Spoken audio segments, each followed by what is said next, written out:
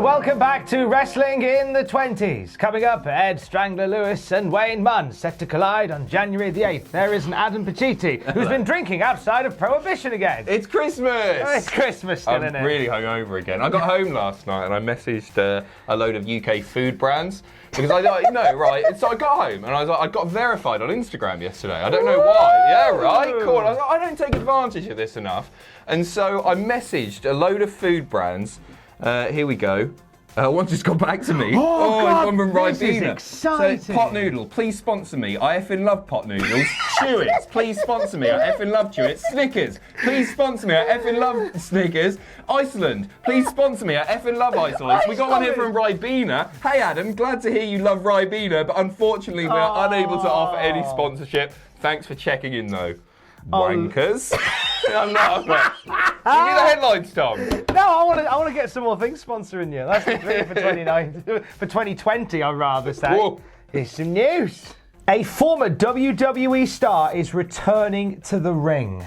A WWE Hall of Famer wants to manage a current tag team. And which WWE star is getting a character makeover? Find out soon. Breaking news to kick off 2020. Ed Strangler Lewis. No, bigger than that, I would say. A former WWE star who has been conspicuous by their absence since 2016. Let's not build it up anymore. Mate, this is massive. Cameron. Yes! Coming back. Remember Cameron, Naomi, the Funkadactyls? How could you forget Cameron? Cameron's coming back. She is going to be wrestling in Tampa Bay over WrestleMania weekend for Effie's Big Gay Brunch Show, which is being presented by Game Changer Wrestling. Her opponent, I don't believe, has been announced at this time, but she's coming back. Cameron's back. Woo! Make wrestling great again. Cameron is back.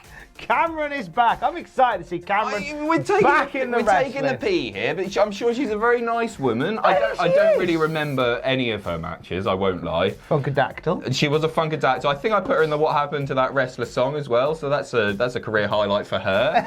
And she also was a Funkadactyl. And congratulations to her. I'm being she actually left WWE. She was released by WWE back in 2016. She did try and break into acting, and I'm sure, I think there are films that she's been in. I apologise that they are not on the tip of my tongue, but it's nice to see her back in wrestling. I think it's always nice when people find their way back again, and the show that she's on, I think, might be the sleeper show of the week, WrestleMania week. Effie's Big Gay Brunch. Effie's brilliant. I don't know a great deal. I see him pop up on my Twitter all the time.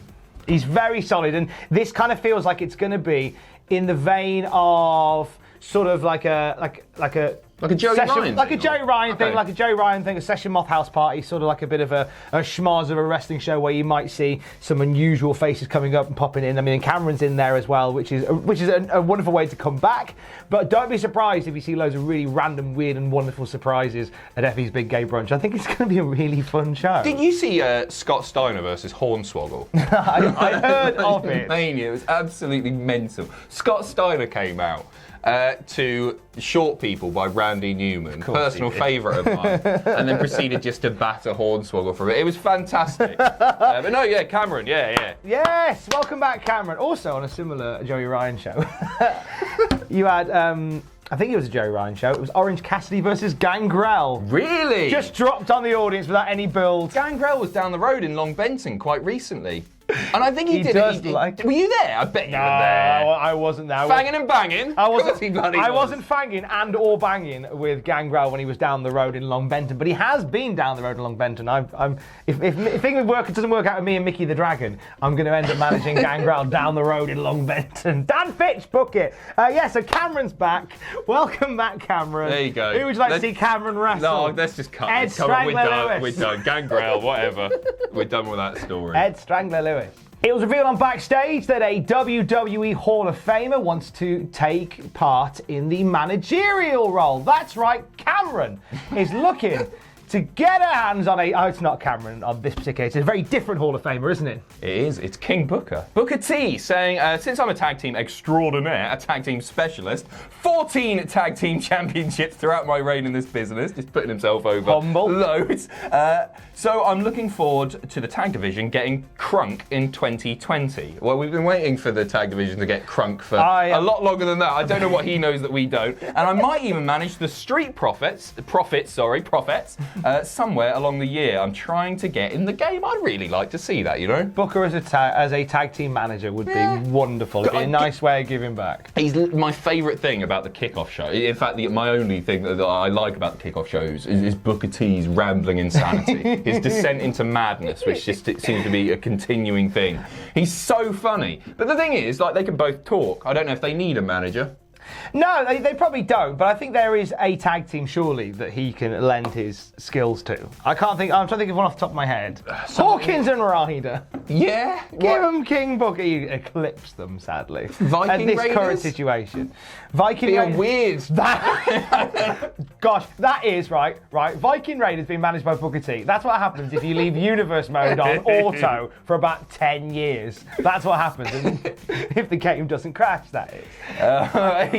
He's also been teasing return to the ring with Stevie Ray, hasn't he? So this came up a few weeks ago while we were off for Christmas. But he said here, you know what? Me and my brother Stevie Ray were talking about it. We're going to be discussing that over the new year. I've got one left in me. Dawson Wilder.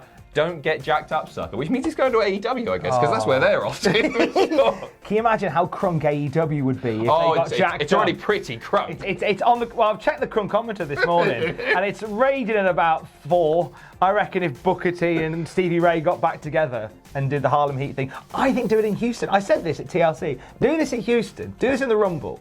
WWE won't do it because I don't think, like, don't get me wrong, like they will celebrate Harlem Heat, but they sort of see Booker as more of a singles guy. I don't think they'd want to bring Stevie in for a throwaway tag match. Maybe they would. Bloody Headbangers came back, New Age Outlaws came back. It'd be a bit of fun, wouldn't it? Stevie'd be fine to do it. If you watch any Harlem Heat match, it's Booker T coming in, lighting the ring up, tagging Stevie Ray. He does a body slam, tags back out. Stevie could still go. Get Harlem Heat back in the game. If I do this, what am I doing? I don't know. I am milking 2 cows vertically. And I am doing an impression of Cesaro from Off the Past. I was going to say something way ruder than that. I'm glad. No, because if I was doing a Pachiti, it would be angled up further to that way and down. It's certainly not that, you pervo. But Cesaro in the news today because looks like he might be getting a makeover. Yeah, late last night he tweeted an image that we're going to flash up on the screen behind us. There you are. Somebody got Paint Shop Pro for Christmas. It simply says Cesaro, pro wrestling purist. And there's a great deal of speculation as to what this may be, with a lot of people suggesting that it might be a bit of a character makeover. I think it's the sort of makeover that Cesaro would benefit from, and I like. It's kind of a sort of retro-y font. If we're going to break. Whoa! I can talk about this font, pal. Oh! This font is called Avant-Garde, and the reason that I know that is because this is the font used for the band Travis. It is on the Man Who, on the Invisible Band. So it's very likely that we're going to see Antonio Cesaro join the likes of Andy Dunlop, Fran Healy, Dougie Payne, Neil Primrose. That was all of them, wasn't it? Yeah. Does that mean that? It's a mess. This video. No. I'm just trying to decide. I'm trying to decide if he teams up with Travis. If he teams up with Travis, will he be a babyface or a heel? Because if he's going to be a babyface, he might need to turn.